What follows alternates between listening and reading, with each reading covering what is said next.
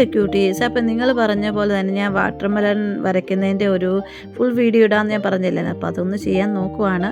ഒത്തിരി ഡീറ്റെയിൽ ഒന്നുമില്ല, എന്നാലും ചെറിയൊരു വീഡിയോയ്ക്കകത്ത് ഒതുക്കാൻ നോക്കുന്നത്. ആദ്യം തന്നെ നമുക്ക് ബേസ് വരയ്ക്കണം എന്നുള്ളത്. നമ്മുടെ ഇപ്പോൾ വാട്ടർ മെലൺ നമുക്ക് വലിയ ആർട്ടിസ്റ്റൊക്കെ ചുമ്മാ വരയ്ക്കും, പക്ഷെ നമുക്കൊരു ബേസായിട്ടൊരു ലൈൻസ് വിട്ടേ. അപ്പോൾ അതിൻ്റെ ഔട്ട് ലൈൻസ് ജസ്റ്റ് പെൻസിൽ കൊണ്ട് വരയ്ക്കാം.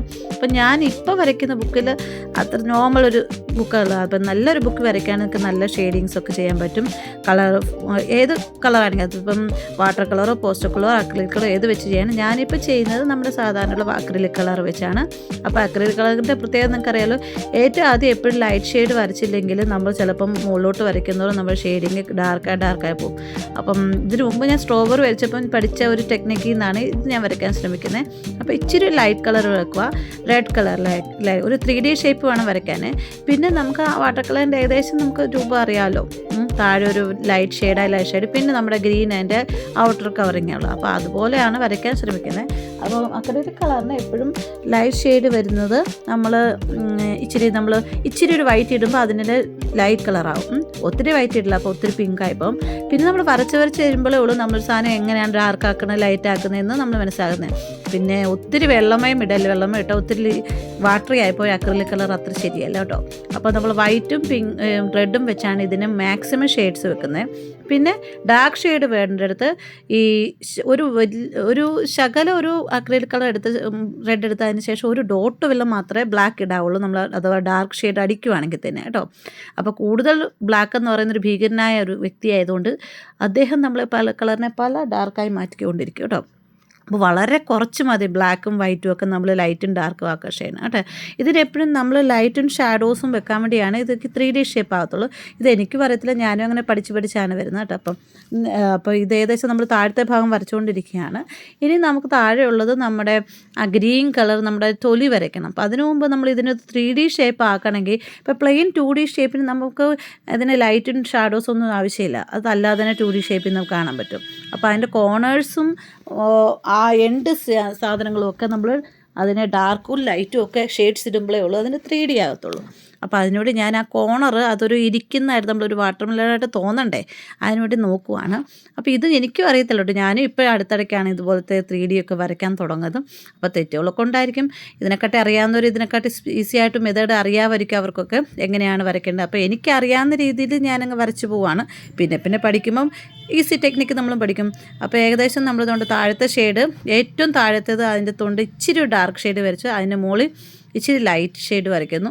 അങ്ങനെയാണ് വരയ്ക്കുന്നത് കേട്ടോ. അപ്പോൾ അപ്പോഴേ ഉള്ളൂ നമ്മൾ വാട്ടർ മെലൺ റിയലിസ്റ്റിക് ആയിട്ട് തോന്നത്തുള്ളൂ കേട്ടോ. അപ്പോൾ വരച്ചരച്ച് വരുമ്പം നമുക്ക് ഏകദേശം മനസ്സിലാവും നമ്മുടെ എവിടെയാണ് കുറവ്, ഏത് കുറവ് വെച്ചുമാണ് ഇത് നമ്മൾക്ക് ഒരു ഷേപ്പായിട്ട് മനസ്സിലാകാൻ പറ്റത്. അങ്ങനെ വരും.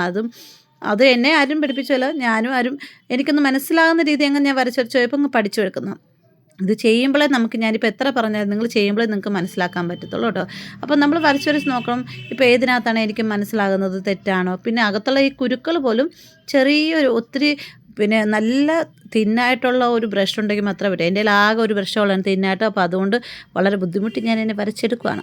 പിന്നെ ഈ കുരുക്കൾ എങ്ങനെ ചുമ്മാ വരച്ചാൽ മാത്രമല്ല, സീഡ്സിനെ നമ്മൾ സീഡായിട്ട് കാണണ്ടേ.